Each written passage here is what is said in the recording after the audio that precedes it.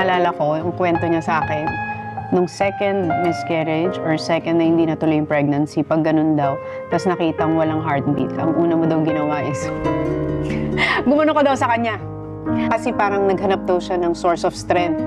Kasi parang falling apart siya, tapos biglang pagtingin daw niya sa'yo, ang ginawa mo daw is, okay lang.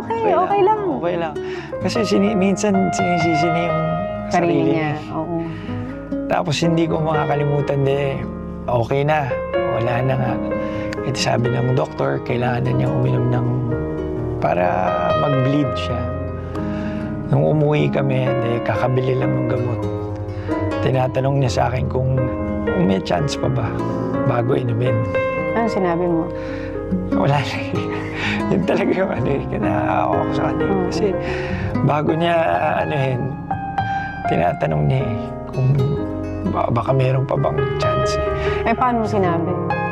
Naghahanap siya ng truth sa'yo? Sa'yo siya naghanap ng... Doon ako medyo talaga. Hirap sabihin pero wala. Ginano mo na? Sinabi ko wala na. Naaral na natin. Sinabi na rin. Meron ng findings. Tsaka niya inano? Nung tsaka na siya nag-start. Naaawa ko sa kanya nung i-DNC na siya o yung RASPA, di ba?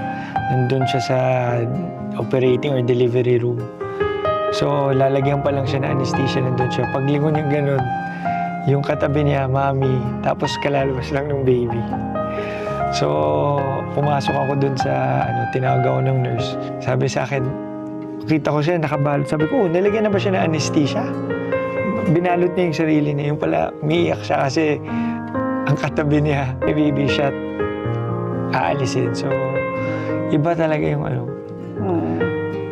yun yung may mga moments talaga na medyo Tatatak yun sa'yo. Pero lahat to ng experience namin, mas lalong lumalalim yung relationship namin.